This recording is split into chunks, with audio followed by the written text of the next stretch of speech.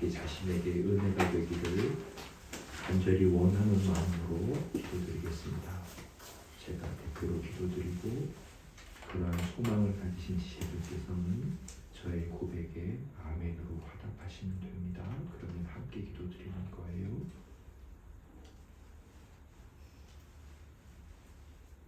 말씀으로 세상을 창조하셨사오니 오늘 들려주시는 말씀 역시 공허하고 흑암이 가득한 세상에 이렇듯 아름답고 질서 있는 세계가 생긴 것처럼 무질서하며 소망이 없으며 진정한 열매가 맺히지 않는 저희들의 삶에 하나님께 영광이 되는 거룩한 창조의 역사가 이루어질 줄 믿습니다. 오늘 이 복되신 말씀을 그러한 경건한 기대와 겸손한 소망과 여린 심령으로 받게 하시고 믿게 하시고 기대하며 인내하여 천국의 열매를 풍성히 거두게 하여 주시옵소서. 우리를 구원하신 예수님 이름으로 감사하며 기도드립니다. 아멘.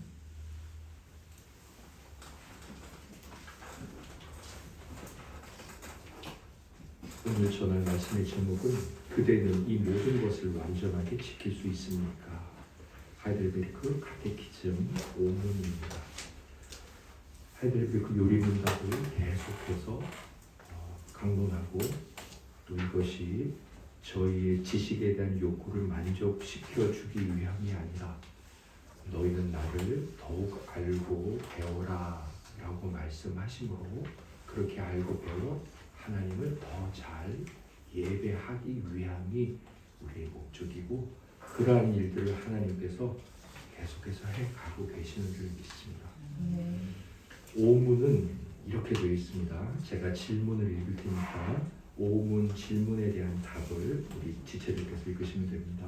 그대는 이 모든 것을 완전하게 지킬 수 있습니까? 절대로 지킬 수 없습니다. 나는 본성적으로 하나님과 나의 이웃을 미워하는 성향이 있기 때문입니다. 네. 하이델베르크 요리문답은 1문에서부터 마지막 문까지 계속해서 연결되어 있습니다. 논리적인 연결이죠. 그래서 5문도 보시면 자연스럽게 그 앞에 있는 내용을 모르면 답을 할 수 없거나 질문에 대한 이해를 할 수가 없습니다.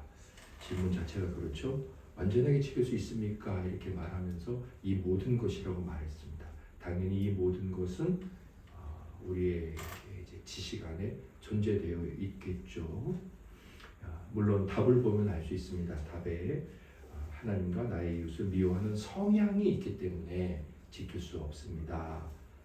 라고 말한 걸 보니 이 모든 것이라는 뭔가 두 대상에 대한 사랑을 지킬 수 있느냐 이렇게 이 모든 것에 대한 이해는 할 수 있습니다. 그래서요 첫 번째 소전제를 보시면 이렇게 되어 있죠. 우리는 우리의 비참함을 무엇을 통해 알 수 있고 그것을 알 수 있는 방법은 몇 가지다라고 제가 정리를 좀 해놨는데 일단 완전하게 지킬 수 있느냐 또 비참함이라는 말도 지금 나왔는데 당연히 우리가 이 두 가지에 대해서 다 배워왔습니다. 제가 밑에 일부러 요약해 놓은 것, 정리해 놓은 것을 지우질 않았는데 우리가 한번 생각해 보겠습니다. 지나간 걸. 산문에서는 비참함과 관련해서 내가 뭐가 비참해? 나 이렇게 잘 살고 있고 건강하고 돈도 잘 벌고 가족도 행복한데 뭐가 비참하지? 라고 생각하는 우리에게 왜 비참한지를 말하고 있는데 율법을 통해서 당신이 비참한지 안 비참한지 알 수 있다. 그래서 비참한 존재가 인간이라는 것 왜 그렇게 말할 수 있는지를 율법에서 안다라고 산문에서 배웠습니다. 그렇다면 산문에서 도대체 율법이 무엇을 가르치고 있기에 무엇을 명령하거나 또 무엇을 얘기하길래 내가 왜 비참하다고 말하는 거지? 율법의 내용을 배웠습니다. 율법의 내용은 이 성경 전체라고 말을 해도 괜찮아요. 그러나 이걸 언제 다 말하죠? 그리고 요약하고 요약하니까 두 가지로 우리 주 예수 그리스도께서 요약을 하셨는데, 그것은 하나님을 사랑해라, 그리고 이웃을 사랑해라. 그래서 율법서 글을 보니까 내가 잘하고 있느냐? 뭔가 비참한데 잘 못하는 것 같아. 그렇게 된다는 거죠. 그래서 오문으로 넘어오는 거예요. 율법이 이제 그것을 가르치는데, 오문에서는 그 가르치는 걸 완전하게 지킬 수 있어? 이렇게 물어보는 거죠. 그랬더니 지킬 수 없다는 거예요. 그래, 그래서 네가 지금 잘 사는 것 같고 건강하고 당신이 아무 일도 없는 것 같지만 당신은 그 율법을 지키지 못하기 때문에 비참한 거야 라고 이제 산문에서 이미 결론을 내렸지만, 그 산문의 질문과 결론을 이렇게 사문과 오문에서 요약 정리를 해주고 있는 거예요. 이유를 제시하고 있는 거죠. 그래서 저는 개인적으로 하이델베르크 요리문답의 산문과 오문은 하나의 주제로 연결되어 있다. 그 주제는 우리는 비참하다. 왜 비참하냐? 어떻게 알 수 있느냐? 이렇게 보니 비참하구나. 그 비참함에 대한 그 전체 내용을 보여주고 있다라고 생각이 되어졌습니다. 그렇다면 두 번째로, 결론은 그렇게 알았지만 우리가 정말 그런가라고 하나님께서 말씀하시는 것과 우리의 현실을 정말 한번 제대로 살펴볼 필요가 있습니다. 그리고 비참함을 안다는 것은 그 비참함을 아는 것 자체로 기쁜 일은 아니지만 우리로 하여금 비참함에서 벗어나게 하는 시작이기 때문에 그것은 너무나 우리에게 필요한 일인 거죠. 두 가지 방법이란 뭘까요? 우리가 율법을 통해 우리의 비참함을 율법을 통해 알 수 있고, 그 방법은 두 가지이다 그랬는데, 두 가지는 뭘까요? 첫 번째로 우리 자신을 이제 율법에 비추어 보는 것입니다. 그러니까 우리 자신을, 나를, 오늘의 나를 하나님을 사랑하는가, 이웃을 사랑하는가라고 질문을 해보는 것이라고 할 수 있죠. 혹은 자기 삶을 돌아보는 것이라고도 할 수 있겠고요. 아니면 체크리스트를 만들어서 자기 삶에 대한, 한 주간의 삶에 대한, 대표 기도자들께서 늘 회개의 기도를 가장 먼저 드리시는데, 그렇게 곰곰이 숙고하고 나서 그것에 대한 결론을 고백하는 거잖아요. 그렇게 하는 건데, 하이델베르크 요리문답은 그걸 이렇게 설명을 했습니다. 율법에 비추어 본다는 것은 무엇이냐? 율법이 요구하는 순결함. 율법이 요구하는 것을 잘 지키면 그게 순결이에요. 그것이 내 속에 있는가를 살펴보는 거예요. 그래서 그렇게 율법에 비춰보면 우리의 모습이 율법이 요구하는 상태구나 혹은 아니구나가 분명하게 증명되겠죠. 그럼 한번 지금 그렇게 해보겠습니다. 우리 형제 자매님들께서도 한번 해보시고요. 저도 다시 한번 해보겠습니다. 율법이 요구하는 게 무엇입니까? 하나님을 사랑하느냐겠죠. 한번 제가 하나님 사랑이 무엇인지 우리가 사문할 때 살펴봤습니다. 사문을 두 가지로 나누어서 하나님 사랑과 이웃 사랑. 그래서 하나님을 사랑한다는 것에 관한 내용들을 그때 제가 A부터 J까지 뽑아놨었는데 4월 6일 강론에 나왔었는데 한번 볼게요. 저 자신도 살펴보는 저의 목소리이긴 하나 우리 모두가 하나님께서 우리들에게 율법을 이렇게 모세에게 주시듯 말씀하시는 것으로 들어보셨으면 좋겠습니다. 당신은 그분의 무한히 선하심을 정당히 지금 인정하고 있습니까? 당신은 거룩하신 하나님을 당신의 최고의 선, 최고의 선은 무엇이냐면 최고의 좋은 것, 최고의 유익, 최고의 만족으로 여기십니까? 당신은 지금 최근 그분을 높이 우러러 보며 살아가고 있습니까? 저와 여러분은 오직 그분에게만 신뢰를 두고 있습니까? 내가 그분만 믿는 거지 뭐 돈도 아니고 이 사람도 아니고 그 어떤 나를 지탱시켜 주는 것 그것도 아니다. 그래서 그것이 떨어진다면 나는 가장 불안하고 나는 절대로 그것에서만큼 떨어질 수 없다. 이런 신뢰를 주님께만 보여드리는 삶을 살아오셨습니까? 저와 여러분은 그분의 영광, 그분의 빛이 되거나 그분의 만족이 되거나 그분의 기쁨이 되는 것을 사모하는 삶이었습니까? 저와 여러분은 어제 그리고 이 한 주간 그리고 오늘 우리가 이후로 있을 어떤 일들에 대해 그분을 불쾌하게 하시는 생각이나 성향이나 욕망이나 기대나 계획들이 조금도 없으십니까? 저와 여러분은 오늘 이후 다음 주의 계획 안에 다른 모든 것을 다 때로 하지 못하더라도 그분과의 교제만큼은 떨어질 수 없다라는 강한 의지와 실천에 대한 계획이 있으십니까? 저와 여러분은 아무리 사소한 일일지라도 그분을 거스르는 그분께서 말씀하신 것을 거슬러서는 절대로 내가 행동하지 않겠다라는 생각과 행동이 있으십니까?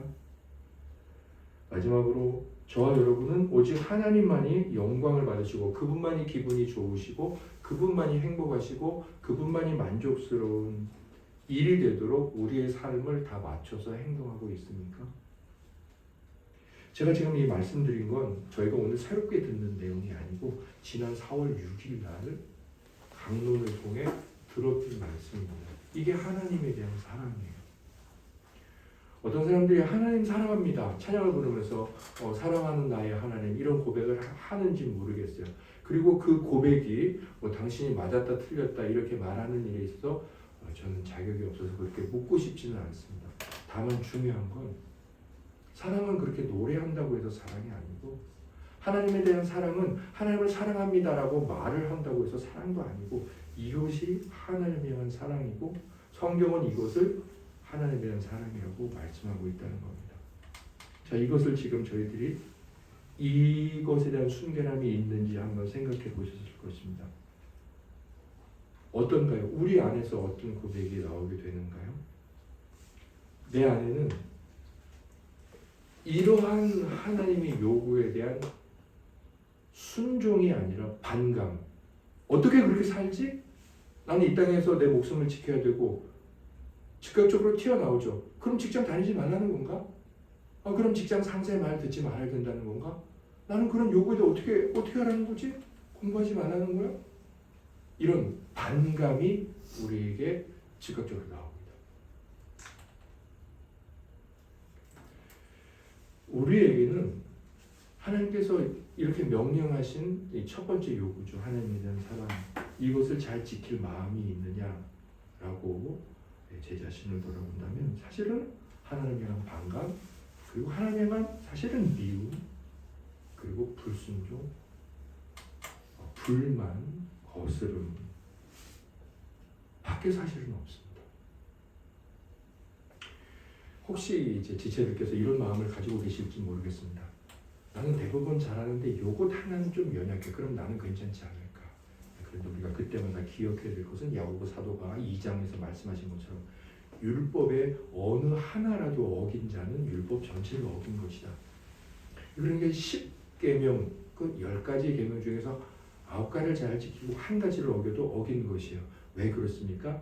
그 작은 것 혹은 내가 늘 연약해서 넘어지는 것도 하나님께서 말씀하신 것이기 때문인 거죠. 그래서 하나를 어긴 자는 모든 것에 실패한 자인 거예요. 그러면 저희 자신을 한번 생각해 봤는데 성경으로 좀 돌아가서 성경의 사람들은 어땠는지 살펴보겠습니다.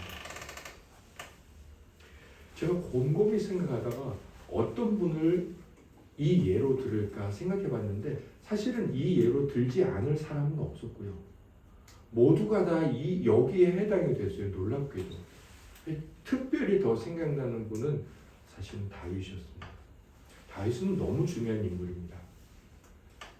다윗은 우리 주 예수 그리스도를 가장 분명하게 보여주는 예표이면서도 또 한 성도의 인물을 이제 동시에 보여줍니다. 그래서 시편을 읽을 때는 그 두 가지 사실을 좀 유의하면서 보고 우리들에게 적용을 해야 되죠. 제가 다윗을 보면서 가장 제 마음에 상심이 되기도 하면서 이게 기독교의 믿음인가 라는 생각이 들면서 동시에 하나님의 본이 얼마나 또 위대한가, 그리고 제 자신이 얼마나 패역하며 하나님 앞에 부끄러운가, 또 하나님 앞에 날마다 회개해야 되는가를 깨닫게 되는데, 그 내용이 사무엘하 11장에 나옵니다. 제가 잘 아는 말씀이지만 이 말씀을 생각하면서 우리 자신이 어떤 존재인지를 이 말씀에 또 비춰보겠습니다. 사무엘하 11장 3절 4절을 같이 읽겠습니다. 다윗이 사람을 보내 그 여인을 알아보게 하였더니 그가 아뢰되 그는 엘리암의 딸이요 햇사람 우리아의 아내 밧세바가 아니니까 하니, 다윗이 전령을 보내어 그 여자를 자기에게로 데려오게 하고 그 여자가 그 부정함을 깨끗하게 하였으므로 더불어 동침하매 그 여자가 자기 집으로 돌아가니라. 아멘. 다윗은 왕이 되었지만 왕이 되기 전에도 사울에 의해서 계속 어떤 생명의 위협을 당했죠. 그리고 왕이 된 다음에도 곧바로 왕의 권력을 행사하지 못했습니다. 왜냐하면 그 부하들이 드센 사람들이어서 다윗의 말을 잘 순종하지 않았습니다. 하나님께서 점차 왕권을 세워주셨고, 드디어 왕권을 세워주셔서 10장, 사무엘하 10장에 다윗이 더 이상 출전하지 않아도 백성들이, 부하들이 잘 말을 듣고 나서 전쟁을 하고 또 왕에게 승리를 고백하고 순복하는 그런 왕권이, 통치 권위가 제대로 세워져서 이제 진정한 왕이다, 그런 하나님의 은혜가 임하고 10장이 끝나요. 그리고 11장에 넘어가서 벌어진 일이 바로 이 일인데, 그렇게 하나님께서 모든 은혜를 베풀어 주셔서 왕으로 기름 부음 받을 거야 라는 장래의 소망, 왕으로 기름 부음 받았지만 아직 흔들리는 왕권, 이 모든 것을 없애고 정말 완벽하게 행복을 누리게 해주셨던 그 순간에 다윗이 한 일은 예배도 아니고 헌신도 아니고 충성도 아니고 감사도 아니고 자기 부하의 아내를 간음하는 일이었습니다. 강간을 저지르는 일이었어요. 전쟁에 나갈 필요도 없어서 낮잠을 느긋하게 자다가 자기 부하 아내, 여기서 이 자체로도 큰 죄악이지만 이 죄악 안에는 무엇이 시작입니까? 하나님께 받은 은혜가 자기 자신의 정욕을 위해서 악하게 사용되었다는 것. 심지어 지금 저 여자가 누구냐 그랬을 때 자기 부하가 그 사람은 당신의 군대 대장 밧세바의 아내가 아닙니까? 유부녀가 아닙니까? 라고 하나님이 그 신하의 입을 통해 말씀해 주셨는데도 그것을 무시했다는 무감각한 죄악. 그리고 결국 자기의 정욕을 행동으로 옮기는 이 죄악을 저지릅니다. 그런데요, 우리가 한번 죄악의 발을 내딛게 되면 어떨까요? 우리의 본성이 어떤가 하면 죄악을 한번 내딛고 나면 두려움도 있을 것이고 뒤로 물러서는 경우도 있겠죠, 하나님의 은혜로. 그러나 죄악이라는 것은 또한 동시에 달콤하기 때문에 그 죄악에 다시금 또 다른 발을 내딛는 결과를 대부분 가져와요. 성경이 일관되게 말을 하고 있죠. 그래서 이 11장의 14절과 15절에 보면 이렇게 되어 있습니다. 같이 읽겠습니다. 아침이 되매 다윗이 편지를 써서 우리아의 손에 들려 요압에게 보내니 그 편지에 써서 이르기를 너희가 우리아를 맹렬한 싸움에 앞세워두고 너희는 뒤로 물러가서 그로 맞아 죽게 하라 하였더라. 아멘. 부하가 전쟁에 나가 있는 통에 그 부하의 아내를 강간했고 그 여자가 임신을 했습니다. 그러면 누가 이제 범인이 됩니까? 다윗 자신이겠죠. 그래서 온갖 회유를 해서 그것을 모면하려고 하는데 말을 듣지 않는 거예요. 너무 충성돼서. 그래서 결국 내린 결론이 뭡니까? 그 남편을 죽여버리는 거예요. 자기의 죄악을 덮는 가장 확실하고 안전한 방법이나 가장 추악하고 인간적으로도 가장 추악하고 하나님 앞에서도 가장 추악한 방법을 저지르죠. 그래서 군대 장관이었던 요압에게 우리아를 가장 치열한 전쟁터로 내보내 라고 전령에게 편지를 써보내는데 그 전령이 누구예요? 우리아예요. 자기 죄를 모면하려고 우리아를 휴가를 보내서 자기 앞에 서게 했는데 다시 부대로 복귀시키면서 자기가 죽이려는 사람의 손에다 그 편지를 들려서 보냅니다. 이 다윗의 이 모습을 볼 때 저는 인간 안에 있는 죄의 그 마지막 끝의 모습을 봅니다. 죄가 아무리 우리에게 웃으면서 다가와도 그 마지막 끝에 있는 그 모멸감, 그리고 그 잔인함, 그리고 그 더러움, 그것이 이 죄의 뒤통수라는 걸 보죠. 여러분, 다윗이 하나님께 어떤 사람으로 불림을 받았냐면 이 사람은 내 마음에 합한 사람이다 라는 말을 듣고 하나님 앞에 임금이 된 사람이에요. 여러분들 혹시 예수 그리스도 믿고 교회 나오셨을 때 하나님으로부터 너는 내 마음에 들어, 그러니까 이제부터 교회 와서 성도가 되라는 말을 들으신 분이 혹시 계십니까? 없으실 거예요. 하나님께 너 딱 내 스타일이다 라는 말을 들었던 사람조차 어땠어요? 이런 죄성을 가지고 하나님 앞에서 하나님을 사랑하고 이웃을 사랑하는다는 하나님의 말씀을 지키지 못했어요. 하나님도 사랑하지 않았고 자기 이웃, 자기에게 죽도록 충성하는 그 제자, 그 부하, 장수를 사랑하지 않았죠.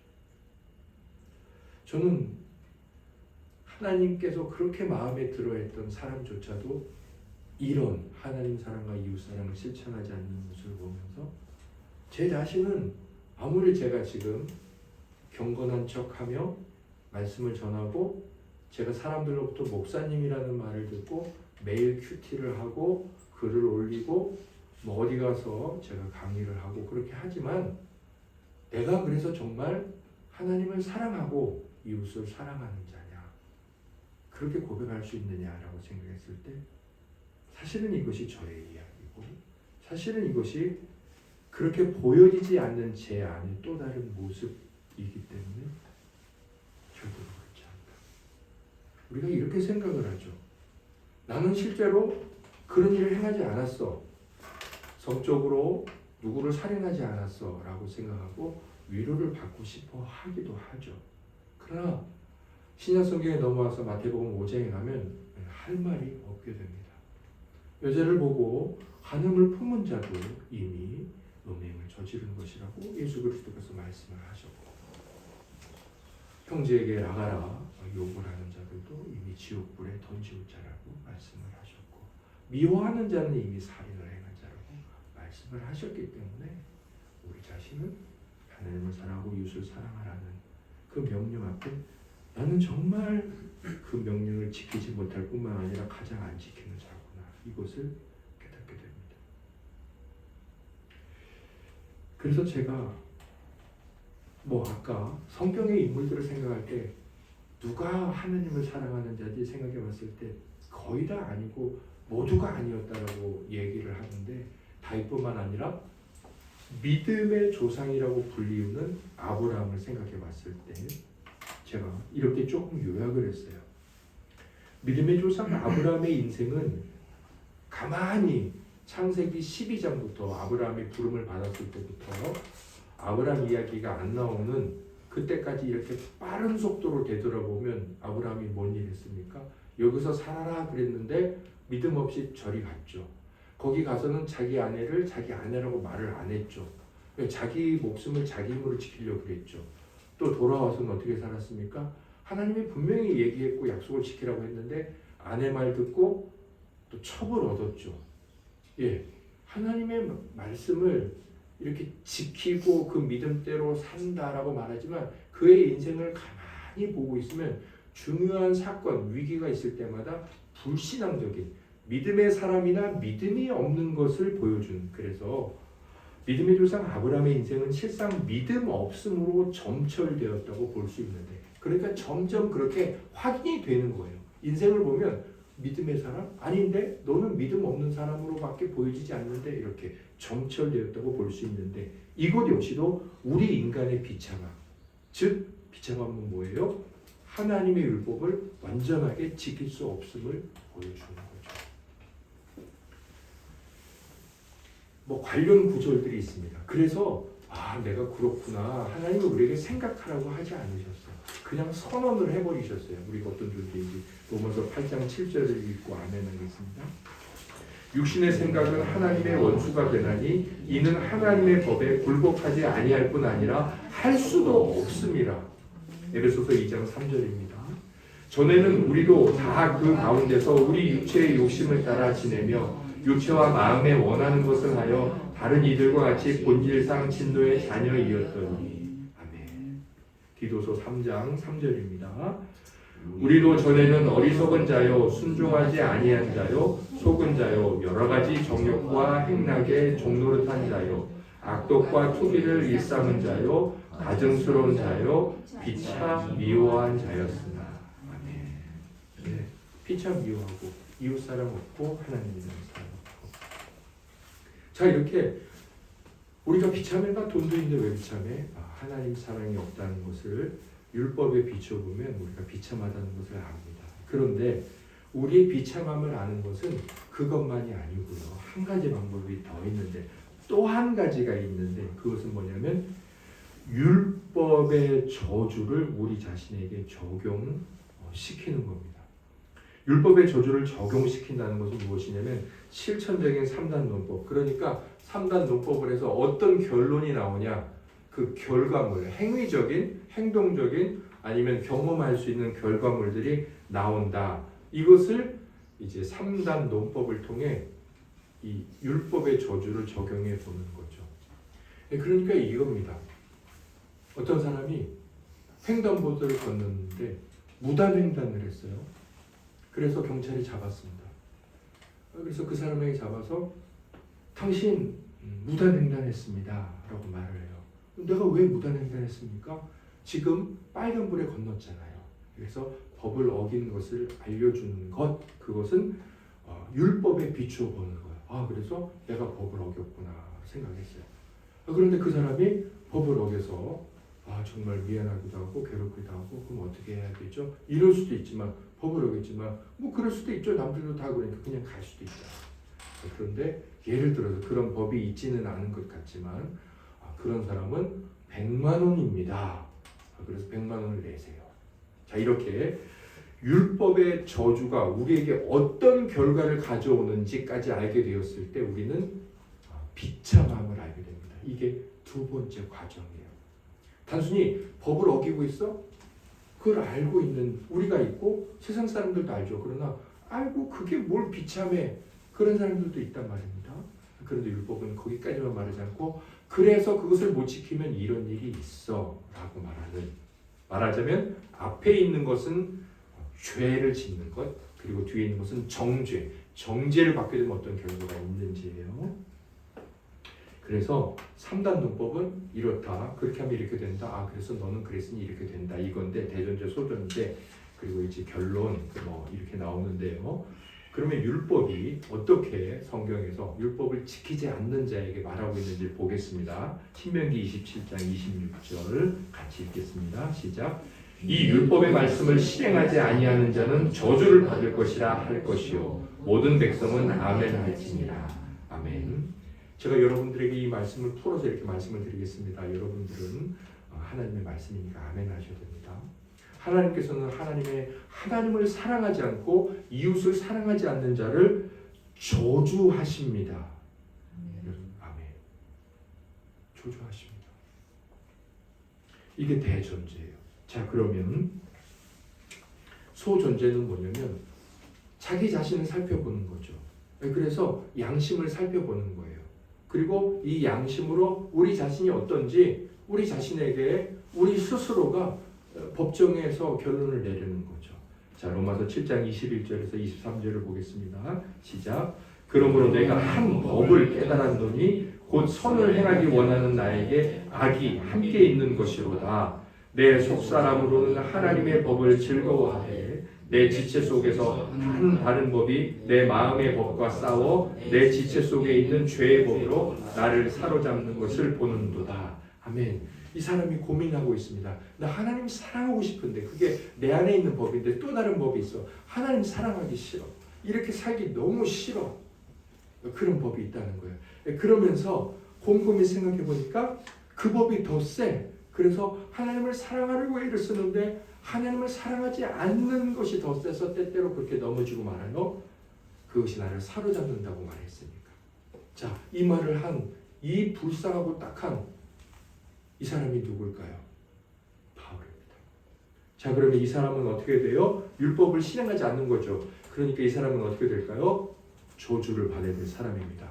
바울은 저주를 받아야 될 사람입니다. 그래서 뭐라고 말하죠? 바울이 오호라 나는 곤고한 자라. 나는 정말 불쌍하고 딱한 사람이다. 이렇게 말을 합니다. 여러분들이 이제 저와 여러분들이 우리 자신을 살펴보고 우리 자신에게 판결을 내리는 거예요.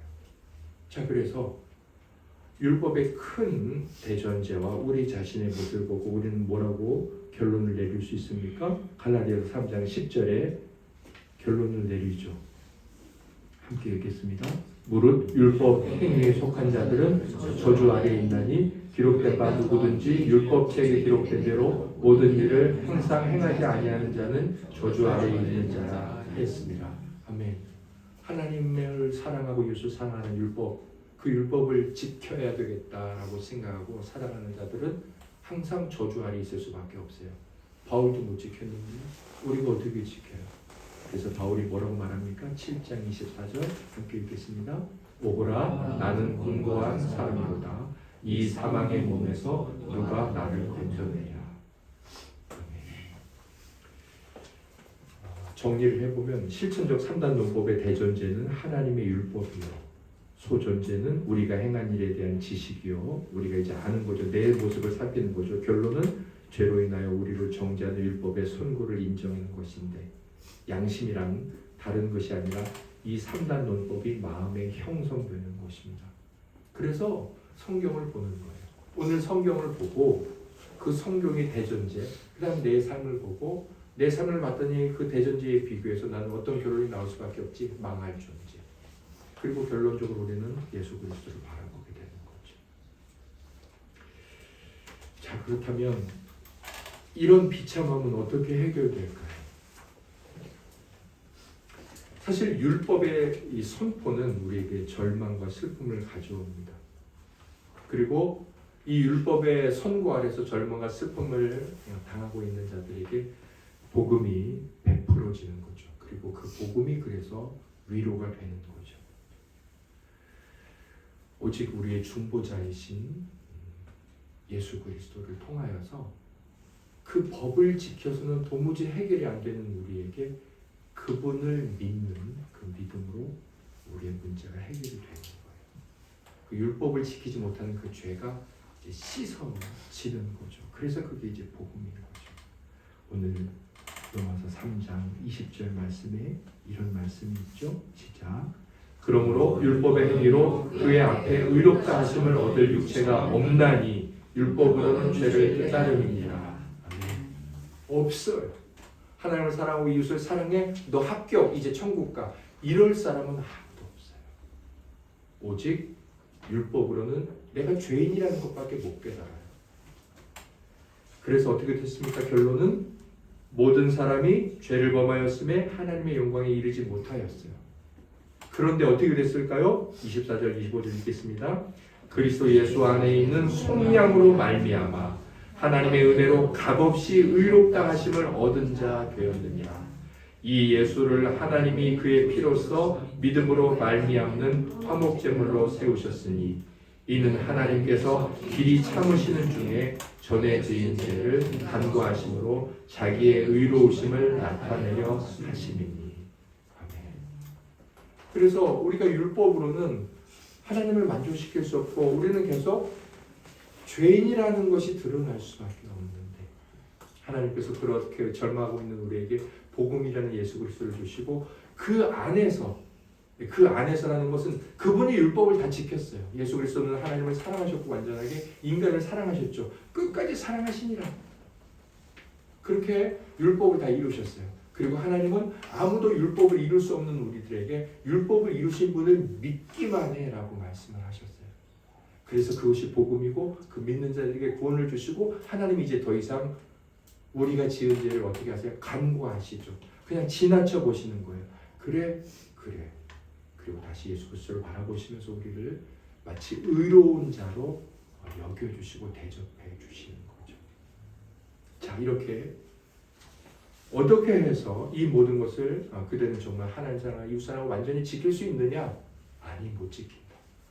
그것을 알게 됐고 그렇다면 그것을 벗어나는 길은 무엇이냐라고 앞으로 우리가 하게 될 그 구원의 길에 대해서 아주 짧게 정말 짧게 보여주고 5분을 마칩니다.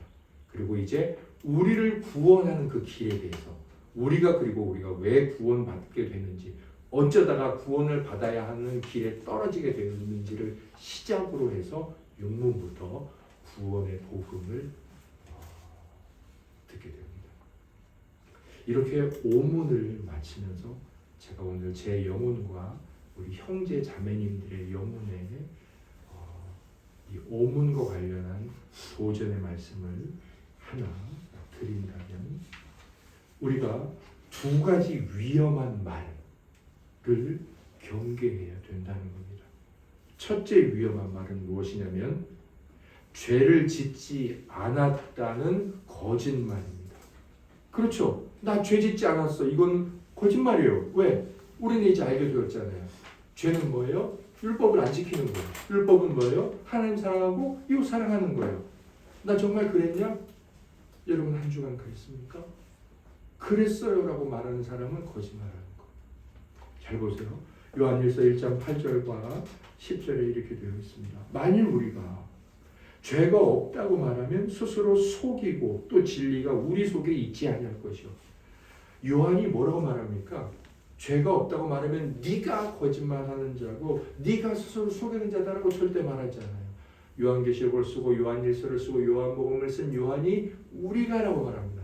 나도 역시 죄가 없어라고 말하면 우리는 거짓말하는 자다.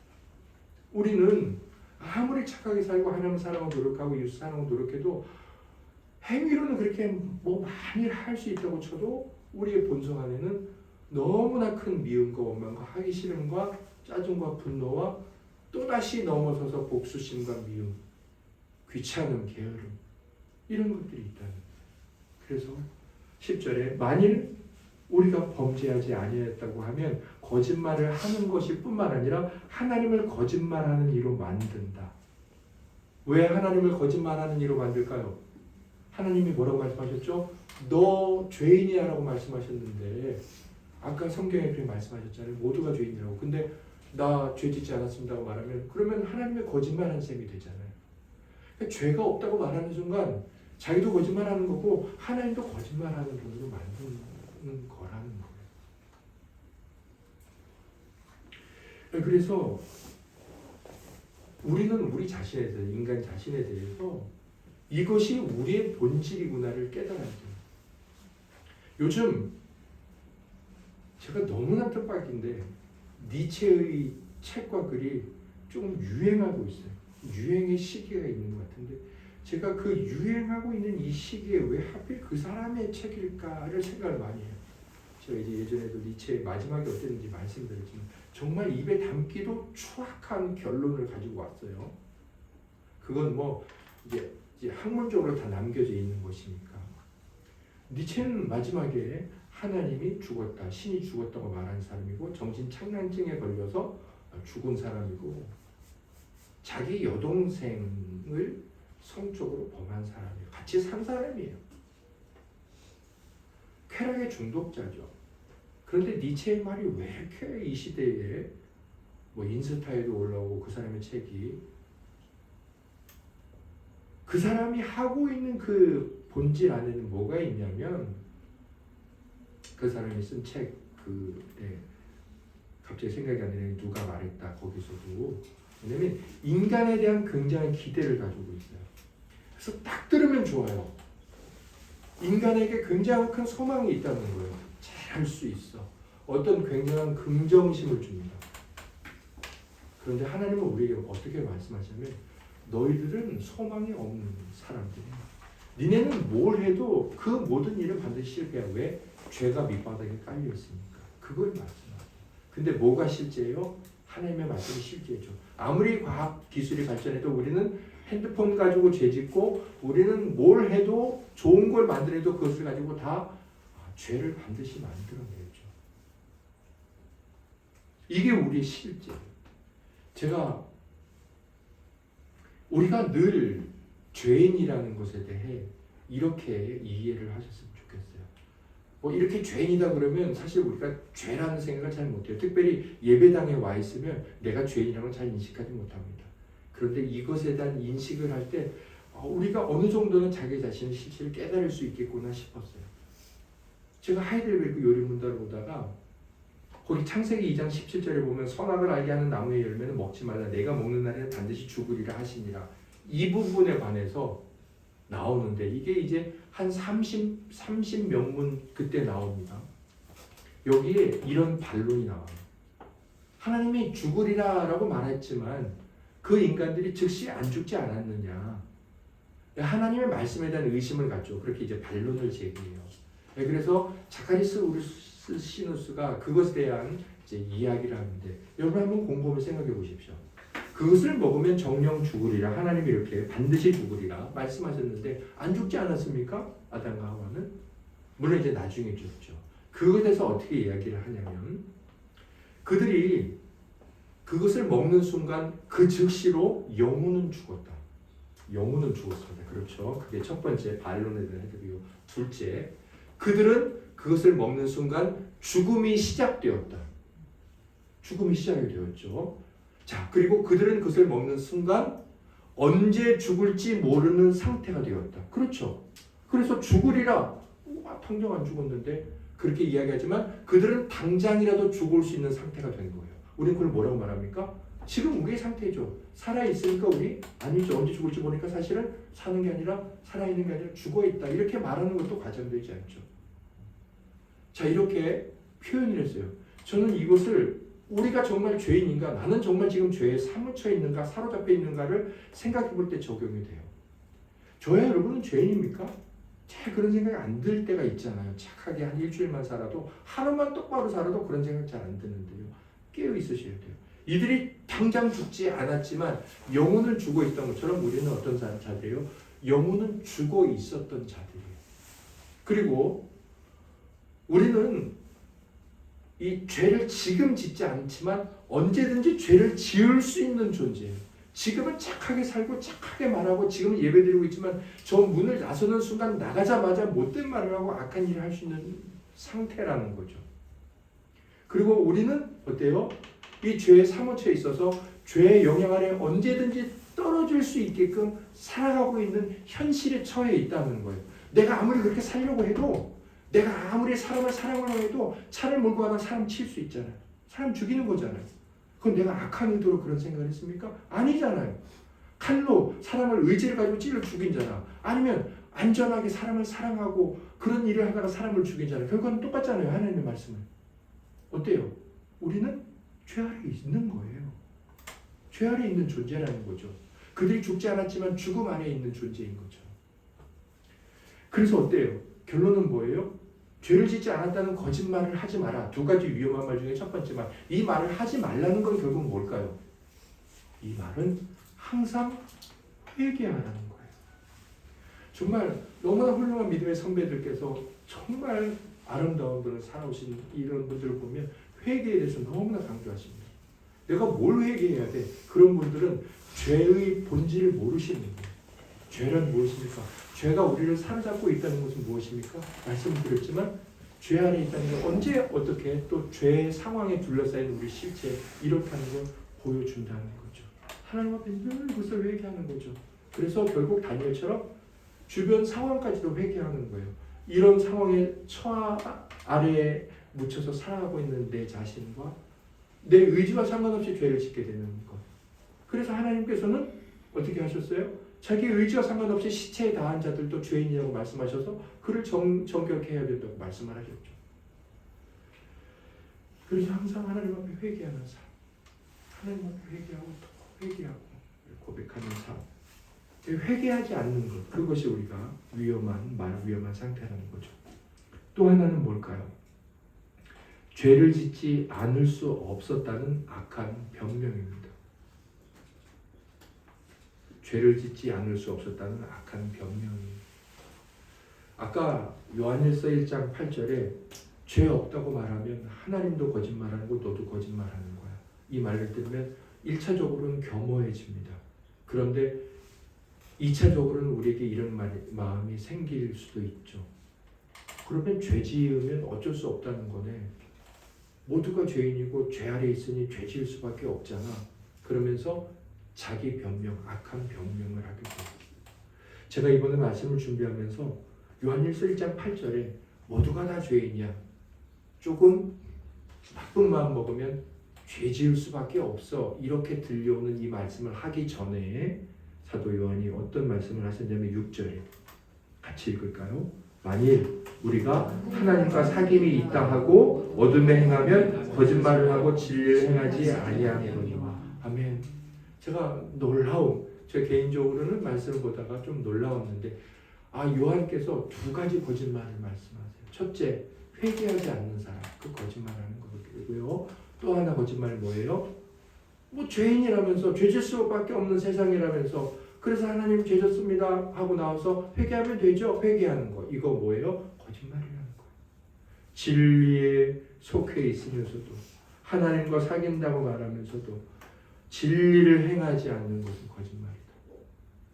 우리가 이 두 가지 말씀 안에서 중심을 잡고 살아가야 된다는 거죠. 바울도 똑같이 말합니다. 로마서 5장 20절. 이건 6장과 연결이 돼요. 같이 읽어보겠습니다.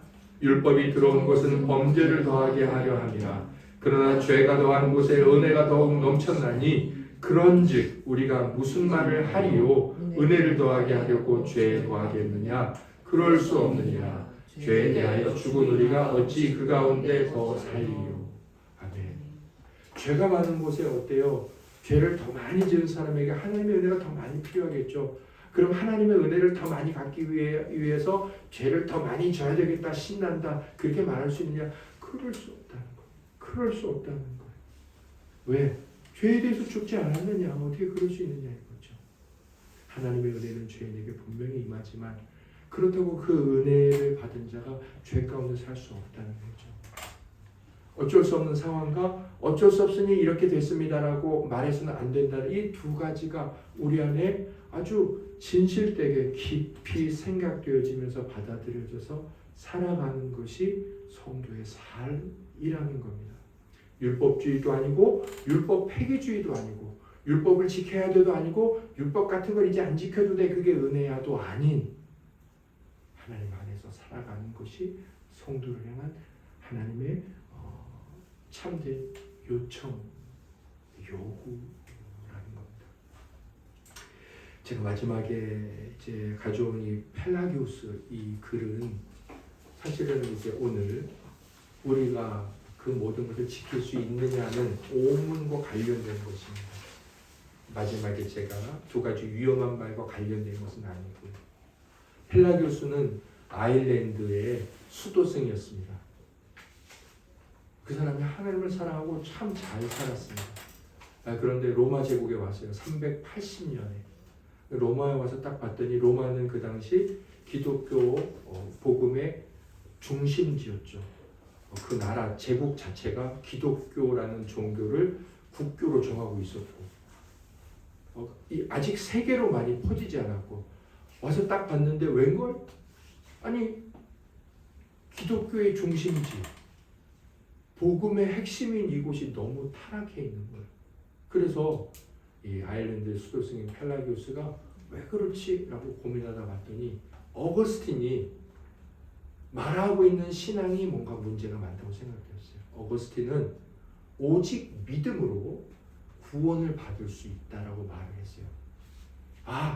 오직 믿음으로 구원을 받을 수 있어. 저걸 복음이라고 말하니까 사람들이 그러면 행동은 아무렇게나 살아도 되겠네. 그러면서 기독교가 타락을 하고 그 기독교가 타락하면서 예수 그리스도를 믿지 않는 사람들까지 타락하고 로마가 막 이 지경에 이르렀구나. 결국 로마가 400년이 넘어가서 이제 이민족의 침략을 받고 멸망하게 되죠. 그래서 이 펠라기우스가 이제 와서 기독교는 그런 것이 아니다라고 어거스틴과 싸웁니다. 둘이 반박을 하게 되죠.